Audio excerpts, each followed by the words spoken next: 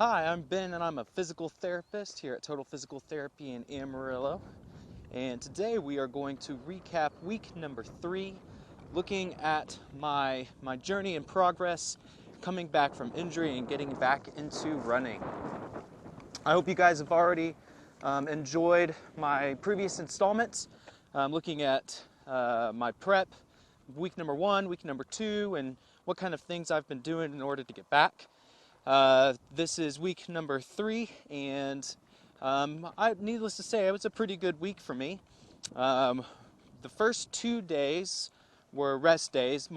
That first day was normally a rest day. Normally I'm taking a rest day that first day just to allow my body to be able to relax, and normally whenever I get back into my full running routine, I like to have one rest day to allow my body to be able to recover from the week of work. And so that second rest day was just a time issue, and I needed to be able to get to the gym, or not to the gym, but get to the clinic and be able to work out with one of my coworkers. And I just didn't have enough time to be able to do everything I needed to do the day before, get enough sleep the night before, and still get to the clinic and work out in the morning. But after that, starting on Wednesday, 30 minutes of walking in my backyard once again, and that's something that I feel like a lot of us should be able to do. If we got busy family lives, there's lots of things going on in our lives. If I can't find the time to be able to get away from my family and go for a 30-minute walk or a 30-minute run, well, there are definitely things that we can do to be able to accomplish that and still be with our families. I was able to watch my kiddo and still play with my kiddo and still get a 30-minute walk in on Wednesday. And so on Thursday, I made it out here to the canyon trails at Buffalo Hill on Thursday morning, just enjoying a nice solid 30-minute walk once again.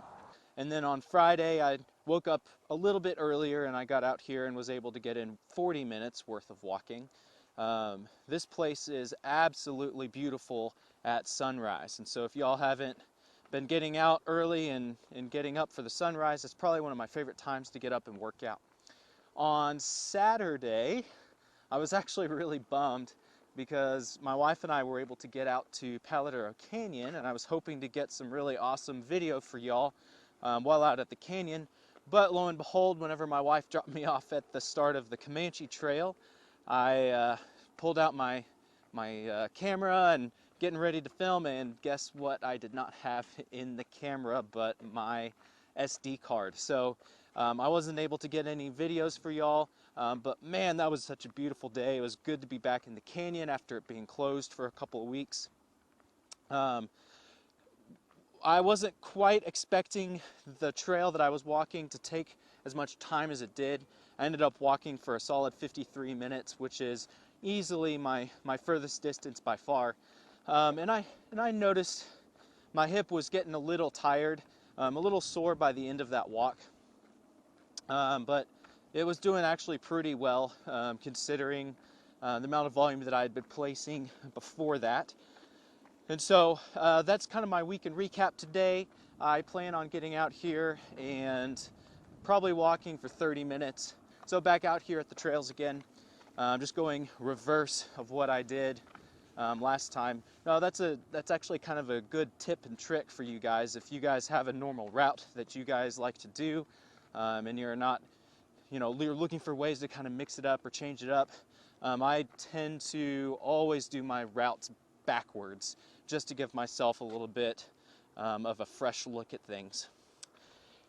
All right, so looking at my workouts this week. My workouts this week went really well. I got into the gym with my coworker and worked on a couple different things. And this week's theme, I think, as I start getting more back to normal movement, is doing a little bit more things in what we call closed chain. And so that means that I'm up on my feet, whether I'm doing different marching patterns or doing different drills standing up. we're working on my hip's ability to be able to do its job of what it normally does whenever I'm walking, which is being able to be nice and stable when I'm standing on it. And so doing some different marching drills as shown in the videos that you're looking at right now, just really designed on trying to help my muscles be able to work my joint through its range of motion in a stable manner, and being able to transfer force through my kinematic chain, meaning whenever I am walking, I have to be able to transfer power into the ground, and then that be able to transfer up through my body, which projects in movement.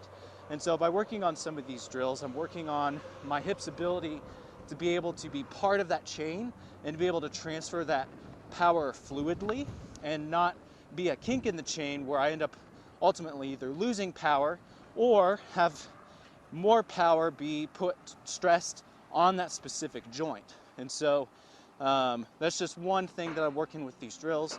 There are lots of other reasons I could be working on these drills as well, but in my mind, that's what I'm thinking of. And so a lot of the drills and a lot of the exercises are feeling really good. The hip is continuing to improve. Today I want to talk to you guys a little bit about goal setting, especially for people who are getting into running or someone who's coming back from injury. Being able to establish good goals and have a plan, a focused plan to be able to tackle those goals. Goals are super important. And so, you know, I have the ultimate goal of getting back to running. And, you know, if I am sitting the way I was, 3 or 4 weeks ago, and that was my goal, I would just kind of be like, well, what do I have to do to get back running? Well, maybe I should go run. Well, not necessarily, because I couldn't run. And so if I didn't know what to do or what my plan of attack was, I would just kind of get stuck in that spot. And so I have the overarching goal of being able to run again, but I have little goals in place to get me to that point. For example, the goal that I'm focusing on right now is being able to walk for an hour.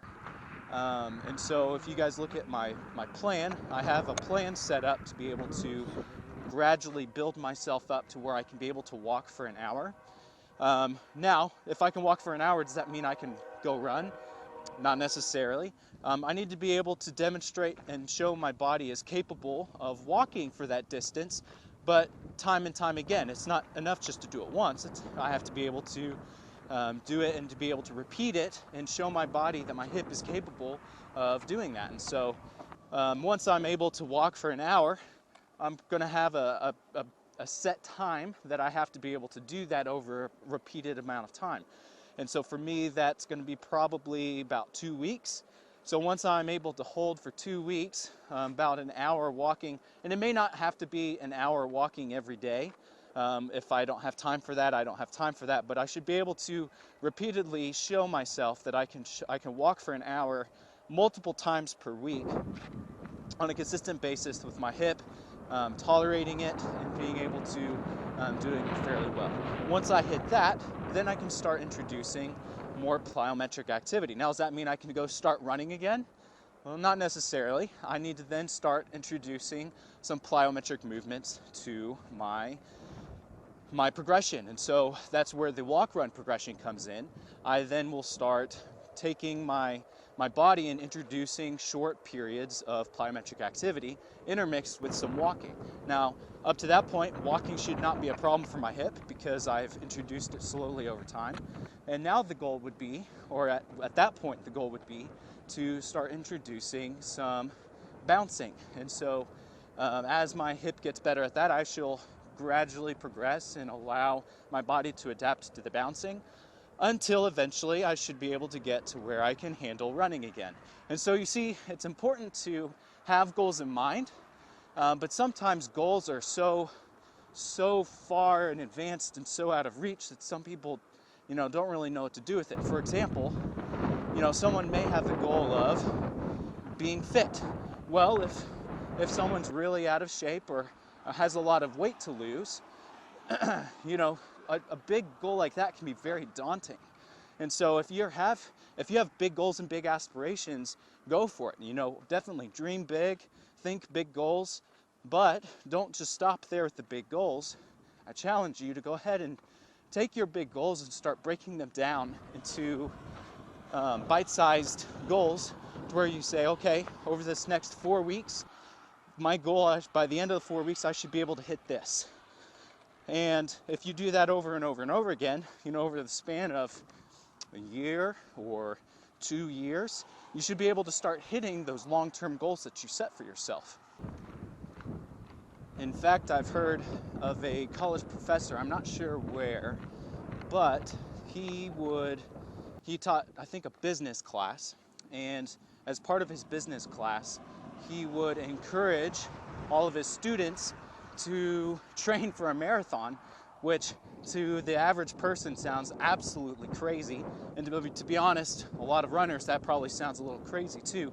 But he understood, himself being a runner, that the process of training and setting goals and being able to appropriately break down those goals into manageable chunks, being able to develop plans and be able to carry those out, and this whole process of what we call running is a great way for people to learn time management, for people to learn how to set goals, process goals, be able to complete things that you start. A lot of skills and talents that you may translate into running, or you guys may be developing some really good habits that may carry over into your normal life too, whether it's your business or your home life.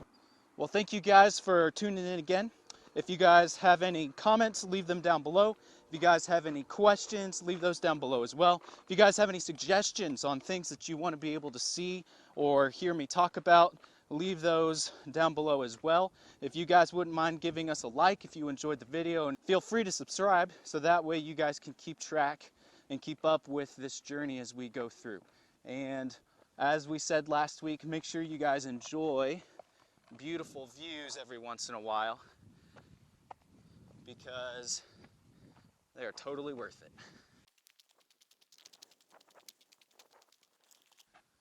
Y'all have a great day.